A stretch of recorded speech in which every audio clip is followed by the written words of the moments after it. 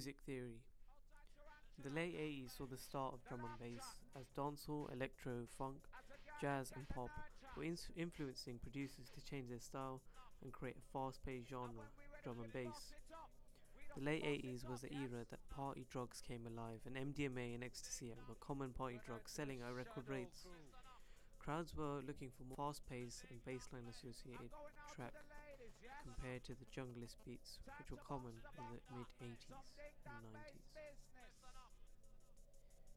The typical junglist beats revolved around bassline or acid house music commonly in the early 80s and 90s. Bouncers from security firms had easier work as crowds came just to rave rather than cause fights. Raving, a term made when hardcore drum and bass came through in the early 90s. Hardcore drum and bass came through parties, factory parties, anything that organisers could get their hands on. Pioneers of drum and bass include artists and groups such as The Prodigy, previously famous for their electro house kicks.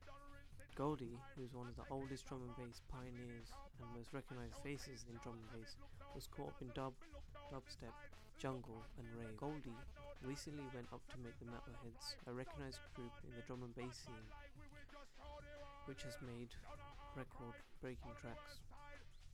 Drum and bass in the 90s ran around the idea of a raving lifestyle of drugs, living fast and dying young.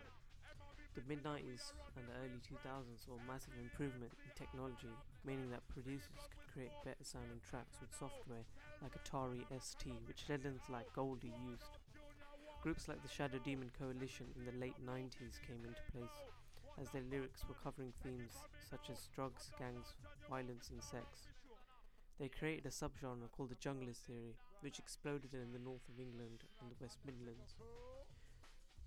Drum and bass in the 21st century has changed through the introduction of online music players such as SoundCloud and UKF Drum and Bass, as fanatics can view online libraries of drum and bass tracks and can order concert tickets online. For example, Glastonbury or O2 Brixton.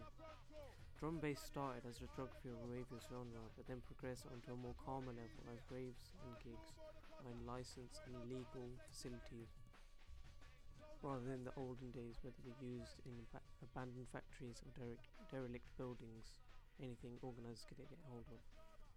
The drum and bass genre will always revolve around being a social person and a party animal.